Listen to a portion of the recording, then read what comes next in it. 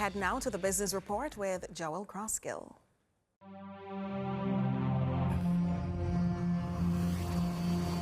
Lots to share with you in the business report today about Jamaica's inability to supply the demands of international markets for locally grown produce. In 2024, Jamaica exported over $50 million worth of yam. The tuber remains by far the sector's most valuable export. But despite the ranking, many believe Jamaican farmers are barely scratching the surface of what is possible, including Minister of Agriculture, Fisheries and Mining, Floyd Green. We are exporting and we are seeing increases in exports, but the fact is we are still underutilizing our existing trade arrangements.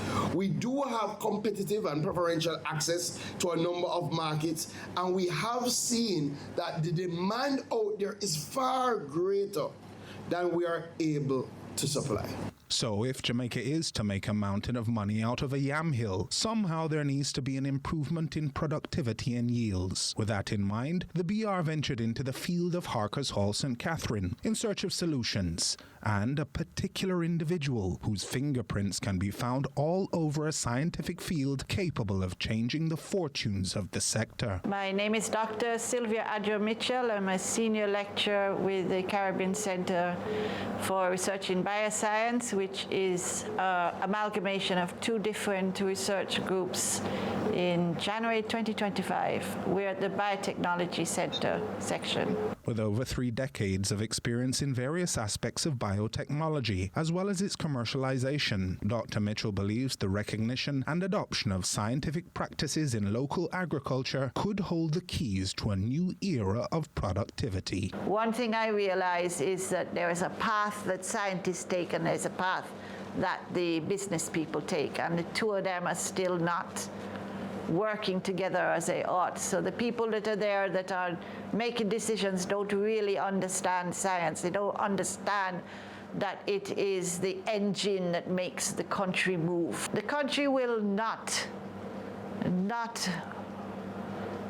be disappointed if it really decides to support this area. But what exactly is the science behind tissue culture? This is my farm. So, Renta, Powell, St. Vincent, Moonshine, Sweet, White, Guinea, Hard. Those are the soft yams. Those are the Dioscrea alata. What we actually are doing in the tissue culture is what is called cloning. So if you have good material going in, you're going to get the same good material coming out.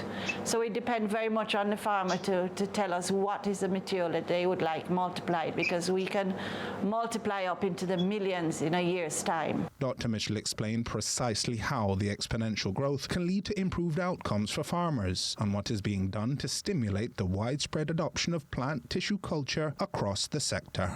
People really don't understand the potential, and therefore they are not putting their resources in the right place. We don't have anywhere like critical mass in this area. It's really still trying to convince people that this is a technology that makes sense. So I'm working with a group of farmers that are in St. Catherine, and after I satisfy them, because there's a biblical principle, first Jerusalem, then Israel, then the world. So first St. Catherine, then Jamaica, then the Caribbean, then the world. So we're going to satisfy those that gave their yam starting material for the project. We started in 2023, and satisfy them that, and they have hundreds of acres of land, I should say. And then after they are satisfied, and teach them, because now it can be a farmer to farmer thing, teach them how to multiply those plants up. Because as well as tissue culture, there's another method that can be used after that, that each plant that comes out of tissue culture, you can multiply it 100 times in that first year.